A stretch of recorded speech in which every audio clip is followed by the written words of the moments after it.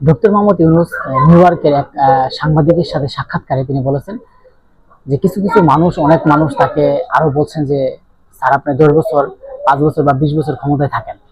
মানুষ আরো চাচ্ছে যে আপনার আরো বেশি ক্ষমতায় থাকেন, আর 50 বছর ক্ষমতায় থাকেন, এটাও মানুষ চাচ্ছে, অনেক মানুষ চাচ্ছে। এখন কথা হচ্ছে ডক্টর মোহাম্মদ ইউনূস মানুষ আরো কেন চাচ্ছে, আসলে চাচ্ছে কিনা, বা গণতন্ত্রের স্বার্থে ডক্টর মোহাম্মদ ইউনূস যদি আরো বেশি দিন ক্ষমতায় থাকেন তাহলে কেমন হবে, এবং এসব বিষয় নিয়ে আজকের আমার আলোচনা এবং বিস্তারিত আলোচনা হবে। এটা নিয়ে বিশ্লেষণ হবে। আমি আছি আপনাদের সাথে, ফারুক হাসান। বিশ্লেষণ শুরু হবে। এখন কথা হচ্ছে ডক্টর মোহাম্মদ ইউনূস, নোবেল বিজয়ী ডক্টর মোহাম্মদ ইউনূস, যিনি যিনি নোবেল পেয়েছেন, শান্তিতে নোবেল পেয়েছেন, এবং তিনি গ্রামীণ ব্যাংকের একসময় প্রতিষ্ঠাতা, এবং গ্রামীণ ব্যাংকে সুন্দর রূপে এবং হতদরিদ্রের মাঝে ইন দিয়ে এই ডক্টর মোহাম্মদ ইউনূস এই দেশকে সুন্দরের পথে নিয়ে গেছিলেন, এবং তার অনেক অবদান আছে গ্রামীণ ব্যাংকের প্রতিষ্ঠাতার সময়। এখন কথা হচ্ছে এই ডক্টর মোহাম্মদ ইউনূস তিনি যখন শান্তিপ্রিয়ভাবে তার বাংলাদেশের প্রধান উপদেষ্টা দায়িত্ব গ্রহণ করেন, এবং প্রধান উপদেষ্টা দায়িত্ব গ্রহণ করার পর থেকে এখন মানুষ কেন বলছে যে আপনারা আরো 30 বছর বা 10 বছর বা 20 বছর ক্ষমতায় থাকেন, এর কারণ হচ্ছে ডক্টর মোহাম্মদ ইউনূস ক্ষমতায় থাকতে বাংলাদেশে যারা কোনো দুর্নীতি এমপি মন্ত্রীরা তেমন করছে না, বা তা হচ্ছে না এমনও বিষয় না, হতেও পারে। তবে ডক্টর মোহাম্মদ ইউনূস একজন ভালো মনের মানুষ। তিনি তার কোনো লোভ লালসা নেই বলতে আমরা জানি, বা ক্ষমতার লোভ এমনটা কিছু নেই। তার মানে হচ্ছে তিনি যখন নির্বাচনের কথা বারবার উঠে আসছিল, মানুষ যখন আরো বলছে যে আপনি আরো ক্ষমতা থাকেন, তিনি কিন্তু ফেব্রুয়ারির মাঝে নির্বাচন ঘোষণা করেছেন অলরেডি, এবং নির্বাচনের রুটম্যাপ বা বিভিন্ন কিছু প্রস্তুতি স্টার্ট করেছেন।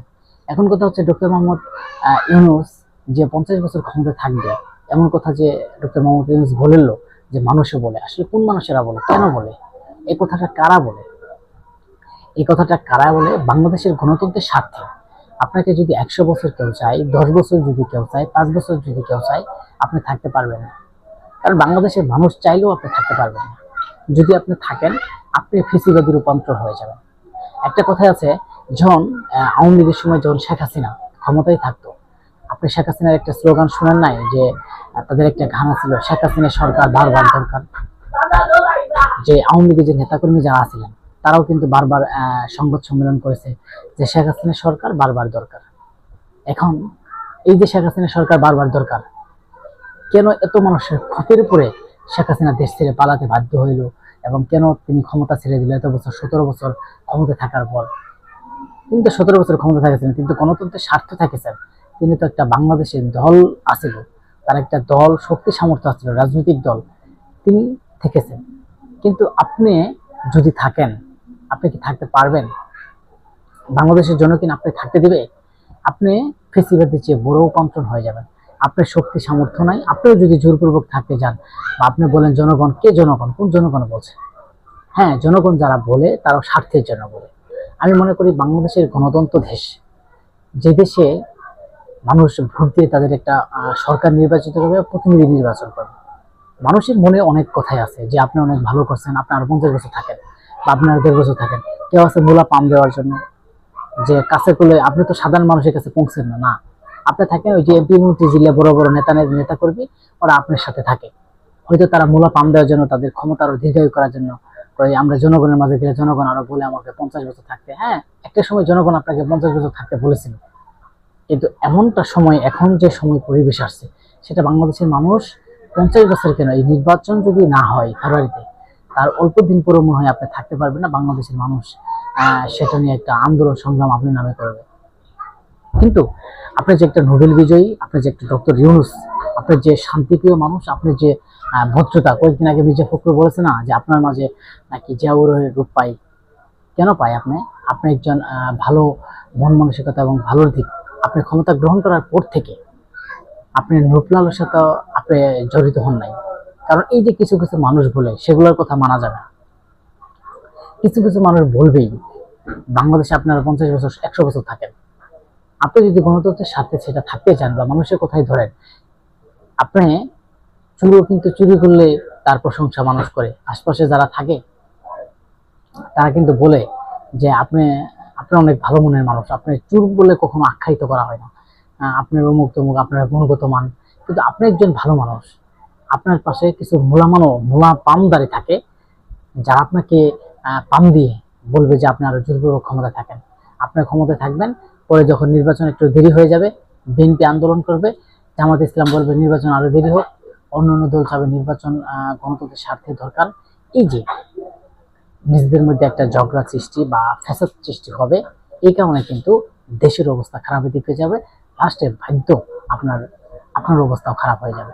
এর জন্যই বলছি যে আপনি যে নির্বাচনের রূপমেপ দিয়েছেন এবং ফেব্রুয়ারিতে নির্বাচনের কথা বলেছেন, আপনি যে শান্তিপ্রিয় মানুষ সেটা নির্বাচন হয়ে যায়। কিন্তু এই যে কিছু মূলা মানুষ পাম দিয়ে শেখ হাসিনাকে বলেছিল যে আপনি ছাড়া তো বাংলাদেশের কোনো দ্বিতীয় মানুষ নাই, কারণ আপনি তো বাংলাদেশের বারবার প্রধানমন্ত্রী। এছাড়া তো আওয়ামী লীগের মধ্যেও দেখি না, বিএনপির মধ্যেও দেখি না, এবং অন্যান্য দল যারা আছে তাদের ভিতরেও দেখি না। কারণ তারেক জিয়া তো পলাতক, এবং তারেক জিয়া মুসলেখা দিয়ে বাংলাদেশ থেকে চলে গেছে, এই তো জীবনেও আর আসতে পারবে না, রাজনীতি করতে পারবে না। বিএনপির নেতাকর্মী সব জেলে, যে সবরা রাজনীতি বাদ দিয়ে তারা এখন কান্নাকাটি করে বিভিন্ন জায়গায় ঘুরে ফিরে করতেছে, তাদের কথায় মানুষ দাম দেয় না।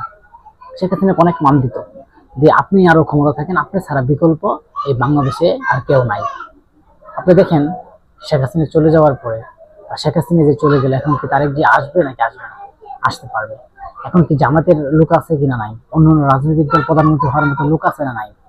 এই যে একটা তিনি যে উপান্তর নিয়েছেন, আমরা মনে করি ডক্টর মোহাম্মদ ইউনূস, একটা কথা সত্য যে তিনি থাকার পরে মানুষ সুন্দরভাবে বসবাস করতে পারছে, কিন্তু শুধু বসবাস করলে হবে না, মানুষের নিরাপত্তা কোথায়? আমরা দেখেছি অনেক মানুষ মারা গেছে রাস্তাঘাটে, বিভিন্ন জায়গায় ঘুষ, চাঁদাবাজি, তারপরে দুর্নীতি, বা অনেক মানুষ মারা যাচ্ছে, তাদের তাদের বিচার কোথায় হচ্ছে? আমরা দেখেছি যে সোহাগত্বের ঘটনায় দিনে দুপুরে তাদেরকে মারা হচ্ছে, তার বিচার নাই। বিভিন্ন জায়গায় দুর্নীতি, আপনার ধর্ষণ, এগুলো যে হচ্ছে, এগুলোর কোনো বিচার আপনি করছেন? করেন নাই। এই যে বিচার হচ্ছে না বা এরকম, আমরা মনে করি যে আগামীর বাংলাদেশ নেতৃত্ব দিবে জনগণের একটা নেতৃত্ব আসবে। জনগণ যাকে ইচ্ছা ভোট দিয়ে একটা প্রতিনিধি তৈরি করবে, যে প্রতিনিধির মাধ্যমে বাংলাদেশ উন্নয়নের দিকে এগিয়ে যাবে এবং বাংলাদেশ সুন্দর একটা দেশে রূপান্তর হবে। আমাদের কথা হচ্ছে কেউ যদি নিজেকে ভুল বা আমরা কোনো দলের হিসেবে উপস্থাপক করি না, কারণ আমরা চাই একটা নিরপেক্ষ এবং সুন্দরভাবে আমরা একটা উপস্থাপন করার জন্য, আপনাদের মাঝে উপহার দেওয়ার জন্য। কারণ যেটা সত্য সেটা আমাদেরকে বলতে হবে। কারণ এই যে ডক্টর মোহাম্মদ ইউনূসের যে বিষয় নিয়ে অনেকেই বলছেন, হ্যাঁ তাকে আরো 50 বছর বা 40 বছর চাই, মানুষ সুষ্ঠু বা মানুষ কি শান্তিতে চলাফেরা করে, মানুষের নিরাপত্তা আছে? রাস্তাঘাটে আপনাকে মারলে, আপনাকে কেউ ধরলে পুলিশে কিছুই বলে না। এটাই এটাই দেশ। আপনার 50 বছর থাকলে দেশ কোন পথে যাবে আল্লাহ ভালো জানে, কিন্তু আপনি একজন ভালো মনের মানুষ, আপনার দিকে এগিয়ে যাচ্ছে। কিন্তু এখন যে পরিবেশ পরিস্থিতি হচ্ছে, এটা আমি মনে করি যে আপনার দ্বারা এই দেশ চালানো সম্ভব না। কারণ এদেশ যে কোনো একটা সরকার আসলে তাদের প্রতিনিধি থাকে, তারা একটা দেশকে সুন্দরভাবে পরিচালনা করতে পারবে। বাংলাদেশে অনেক গার্মেন্টস শিল্প বন্ধ হয়ে যাচ্ছে, সেগুলোর বিরুদ্ধে ব্যবস্থা নিতে হবে। যেগুলো বন্ধ করা না হয়, বাংলাদেশের মানুষের কর্মসংস্থান ব্যবস্থা করতে হবে।